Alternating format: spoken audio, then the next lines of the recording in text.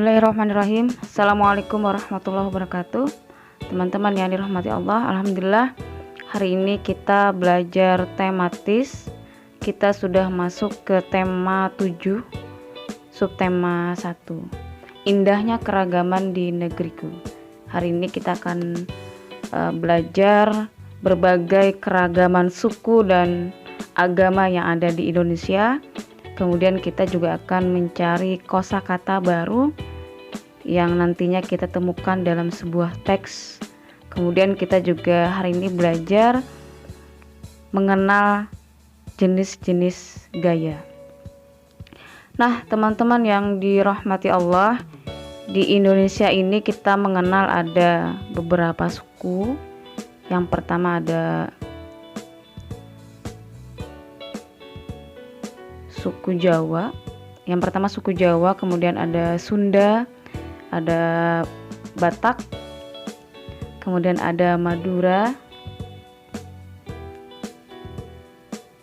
kemudian yang kelima ada Betawi, kemudian ada Minangkabau, ada Bugis, dan terakhir ada Tionghoa. Jadi ada 8 suku bangsa yang ada di Indonesia. Banyak ya teman-teman ya. Nah, ini suku yang kita kenal yang paling padat penduduknya itu adalah suku Jawa. Jadi Jawa itu paling padat penduduknya. Kemudian di antara mereka juga makanya banyak yang merantau ya, pergi atau menetap ke Kalimantan. Antum lihat aja ya di samping rumah atau banyak komplek-komplek atau orang-orang yang ada di Kalimantan ini kebanyakan dari pendatang. Tanya aja dari mana? Oh, kebanyakan dari mereka dari Jawa. Pindahnya ke Kalimantan. Nah, ini ya. Kemudian kita akan mengenal beberapa agama yang ada di Indonesia. Kita juga memiliki berbagai agama. Namun di dalam Al-Quran surat Al-Hujurat ayat 13, hai manusia, sesungguhnya kami menciptakan kamu dari seorang laki-laki dan seorang perempuan dan menjadikan kamu berbangsa-bangsa dan bersuku-suku supaya kamu saling kenal mengenal. Sesungguhnya orang yang paling mulia di antara kamu di sisi Allah ialah orang yang paling takwa di antara kamu. Sesungguhnya Allah Maha mengetahui lagi Maha mengenal. Nah, teman-teman, meskipun kita punya berbagai suku ya, ada suku Madura, suku Jawa, suku Betawi dan lain sebagainya, namun meski kita berbeda ya, yang dinilai Allah itu bukan kamu dari Jawa, kamu dari Madura, kamu suku ini, kulitnya begini, enggak.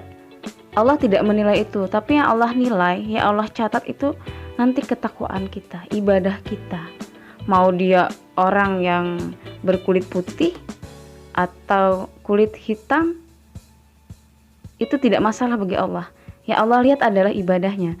Ya Allah lihat adalah ketakwaannya kepada Allah. Jadi meskipun kita ya, teman-teman kita ada dari suku Jawa, suku Betawi, ada orang Batak misalkan ya, ada orang Sunda, ada orang Bugis, tetapi itu tidak masalah. Memang Allah menciptakan berbagai macam tadi ya, bersuku-suku dan berbangsa-bangsa. Untuk apa? Untuk bisa kita saling kenal ya. Nah, itu mungkin kita akan mengenal agama-agama yang ada di Indonesia. Ada sekitar 6 ya mungkin ya. Yang pertama itu adalah ada Islam, yang kedua Kristen. Kristen ini terbagi menjadi 2, ada Kristen Protestan dan Katolik. Kemudian ada agama Hindu, Buddha, dan Konghucu ya, orang-orang Cina di sini. Nah, kemudian juga di dalam Al-Qur'an, Innad dina indallahil Islam. Sesungguhnya agama yang benar di sisi Allah adalah Islam. Quran Ali Imran ayat 19. Jadi teman-teman, meskipun kita kembali tadi ke ayat yang sebelumnya, meskipun kita itu Allah ciptakan ya berbagai macam suku, termasuk berbagai macam agama yang ada di Indonesia, ada 6 agama. Tapi kata Allah, yang diridhoi Allah, yang diterima oleh Allah atau di sisi Allah, itu hanyalah agama Islam. Jadi teman-teman harus bangga menjadi seorang muslim. Antum harus bangga sekarang kita agamanya adalah agama Islam. Meskipun teman-teman mungkin ada tetangga kita ya yang bukan dari Islam atau non muslim, nah kita patut bersyukur dan bangga menjadi seorang muslim. Kenapa? Karena agama yang diterima Allah itu hanya agama Islam. Sebaik apapun orang-orang non muslim itu beramal, ya tidak semulia amalannya orang muslim, karena mereka tidak akan diterima amalnya. Orang muslim pasti akan diterima. Jadi luar biasa, kita patut berbangga, antum kita semua menjadi seorang muslim. Kemudian kita selanjutnya akan menemukan kosakata baru yang mungkin ini baru antum jumpai di sini ya. Ada beberapa yang Ustazah kasih warna biru, itu ada kosakata baru yang nanti kita temukan maknanya, artinya apa sih gitu ya. Yang pertama, orang-orang dari daratan Asia bermigrasi ke wilayah Indonesia. Bermigrasi yang pertama ya. Kemudian populasi suku Jawa mencapai 95,2 juta jiwa. Itu yang kedua. Yang ketiga, mayoritas penduduk di Indonesia adalah pemeluk agama Islam. Sejak kepemimpinan Presiden Kiai Haji Abdurrahman Wahid, etnis Tionghoa diberikan kebebasan untuk memeluk kepercayaan Konghucu. Yang terakhir, setiap warga negara Indonesia harus beragama. Paham ateisme tidak diizinkan berkembang di Indonesia. Nah, ada 5 kosakata baru yang nanti kita akan cari sama-sama maknanya atau pengertiannya. Yang pertama, itu ada bermigrasi. Bermigrasi ini teman-teman artinya adalah perpindahan penduduk dari suatu daerah menuju daerah lain dengan tujuan menetap di daerah yang dituju. Nah, seperti halnya tadi orang Jawa bermigrasi, mereka berpindah dari Jawa ke Kalimantan dan menetap di Kalimantan. Itu namanya bermigrasi ya. Mungkin di antara teman-teman ya ada yang dari Jawa pindah ke Kalimantan, atau sebaliknya dari Kalimantan pindah ke Jawa ya, pindah keluar kota. Itu namanya bermigrasi ya, perpindahan penduduk untuk menetap di suatu tempat yang dituju ya, atau di daerah yang dituju. Kemudian yang kedua adalah populasi.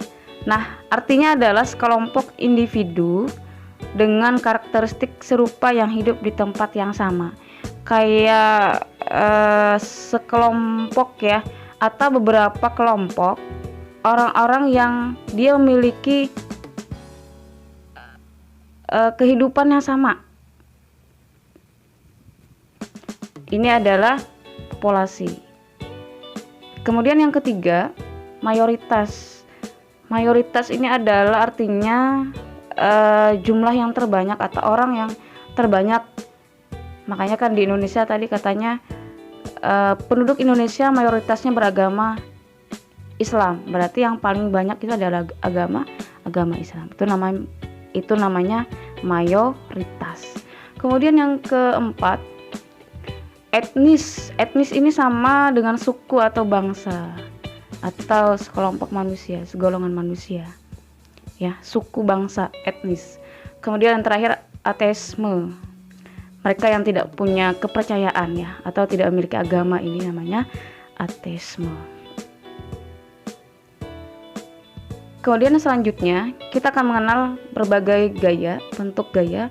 Ada sekitar 6 gaya yang akan kita pelajari.